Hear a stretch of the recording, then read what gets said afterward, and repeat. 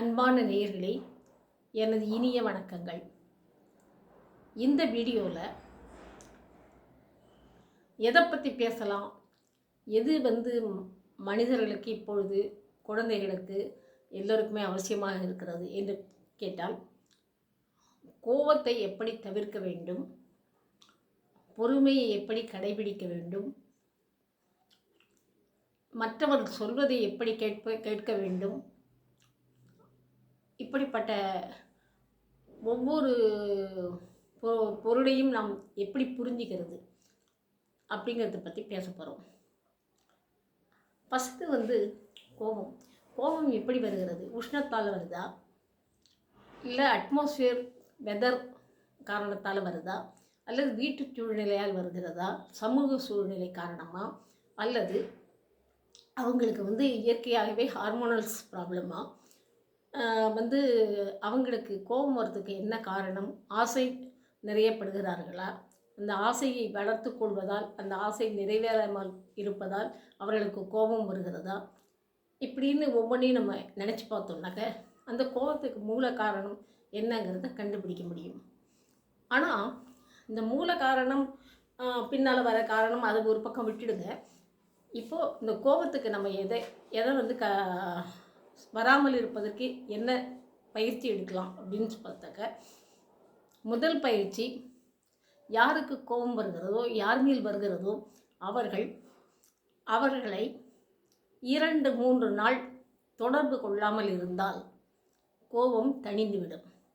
அவங்களுக்கும் கோபம் இருந்தாக்க போயிடும், நமக்கும் கோபம் இருந்தாக்க போயிடும்.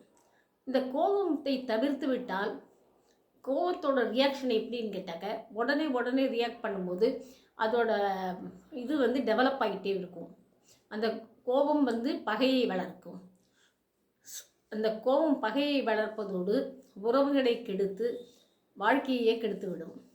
அதனால் கோபத்தை கடைபிடிக்கணும். 2வது, சொல்கிறத கேட்கணும்னு சொன்னாக்க, எது சொன்னாலும் கேட்கணும், அந்த மாதிரி அட்வைஸ் கேட்கணும் அப்படி சொல்லலை. யார் எது பேசினாலும் அவர்கள் என்ன பேசுகிறார்கள் என்பதை உள்வாங்க வேண்டும், புரிந்து கொள்ள வேண்டும்.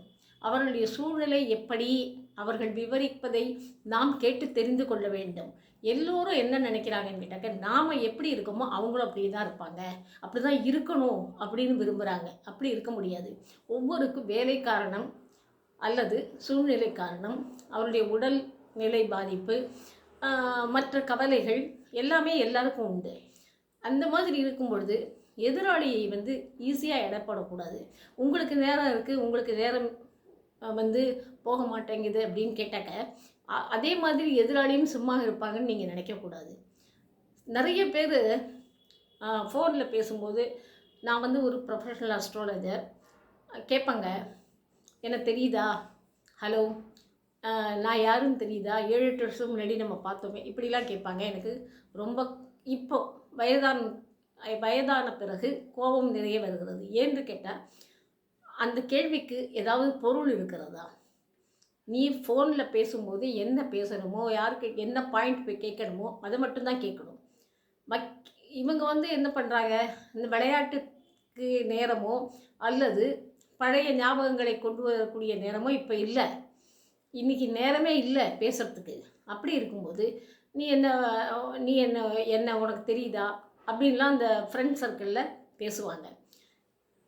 இது அவசியம் இல்லாதது. நேருக்கு நேராக வாங்க, நான் இந்த மாதிரி இந்த பர்சன் பேசுகிறேன், உங்கள் கூட பேசணுன்னு ரொம்ப நாள் கழித்து இப்போ தான் எனக்கு வாய்ப்பு கிடைச்சிருக்கு, இப்படி பேசி நீங்கள் உங்களோட என்ன விவரமோ தெரிஞ்சுக்கணுமோ அதை தெரிஞ்சுக்கோங்க. அதை விட்டுட்டு பாஸ்ட்டையும் ப்ரெசண்ட்டையும் சேர்த்து குழப்பி கொண்டிருப்பது நல்லதில்லை. இவர்கள் தன்னுடைய நேரத்தை வீணாக்குவதோடு மட்டுமல்லாமல் வேலை செய்யக்கூடியவர்களுடைய நேரத்தையும் வீணாக்குகிறார்கள் என்றே நான் நினைக்கிறேன். எனவே தயவு செய்து எல்லோருமே ஆக்குப்பை பண்ணி வச்சுக்கோங்க. உங்களோட நேரத்தை முறையாக பயன்படுத்திக்க தெரிஞ்சுக்கங்க. அதுக்கு 2 காரணம் வேணும். 1, கோபத்தை விட வேண்டும், புத்தகங்களை படிக்க வேண்டும். அந்த புத்தகங்களை படித்து யாரோடையாவது டிஸ்கஸ் பண்ணணும். இந்த மாதிரி கருத்துக்கள்லாம் இருந்தாங்க, மனசில் இருந்ததுனாக்க அவங்க சக்ஸஸ் அடையலாம். சும்மா காலையில் எழுந்தோடனே குட் மார்னிங் போடுறது, ஒரு பிக்சர் ஒன்று அனுப்பிச்சிடுறது. இப்போ மோஸ்ட்லி இன்னொன்று வந்திருக்கு புதுசாக, இந்த மொபைலில் வந்து டிபியில் இறைவனுடைய படத்தையோ அல்லது மலர்களையோ அல்லது வேறு ஏதாவது ஒரு பொருளையோ போட்டு விடுறாங்க.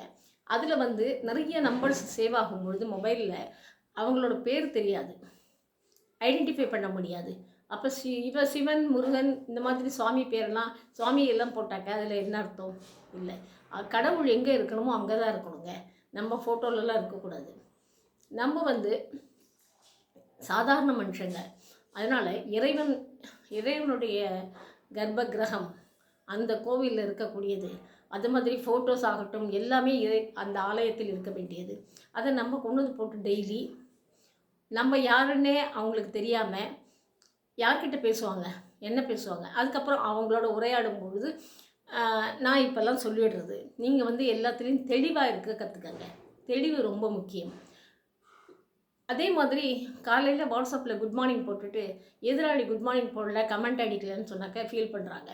ஆனாக்க எதிராளியோட நீங்கள் உங்களுக்கு அது குட் மார்னிங்காக இருக்கலாம், அடுத்தவங்களுக்கு அது பேட் மார்னிங்காக கூட இருக்கலாம். அதை பற்றி நீங்கள் கவலையே படாமல் இருந்தாக்கா என்ன அர்த்தம்? அதனால் நீங்கள் வந்து எப்போவுமே தெளிவாக இருக்கிறதுக்கு பழகிக்கங்க. தெளிவாக இருக்க வேண்டும். மைண்டை பியூரிட்டியாக கிளாரிட்டியாக வச்சுக்கணுன்னாக்க கோபத்தை விட வேண்டும், ஆசையை விட வேண்டும், நூல்களை படிக்க வேண்டும், மொபைலில் ரொம்ப பார்க்கக்கூடாது. இந்த 4 விஷயங்களையும் நீங்கள் மனசில் வச்சுக்கிட்டிங்கனாக்க நல்லா வருவீங்க. All the best. நன்றி, வணக்கம். இந்த வீடியோ உங்களுக்கு ரொம்ப பிடிச்சிருந்ததுனாக்க, இது ரொம்ப கலோக்கியலான ஒரு சிம்பிள் பட் பெரிய மேட்டர் தான் நான் சொல்லியிருக்கேன். புரிஞ்சவங்களுக்கு புரிஞ்சுக்கலாம், புரிகிறவங்களுக்கு நல்லா புரியும் அது. அதனால் இது பிடிச்சிருந்ததுன்னா சப்ஸ்கிரைப் பண்ணுங்கள். நன்றி, வணக்கம்.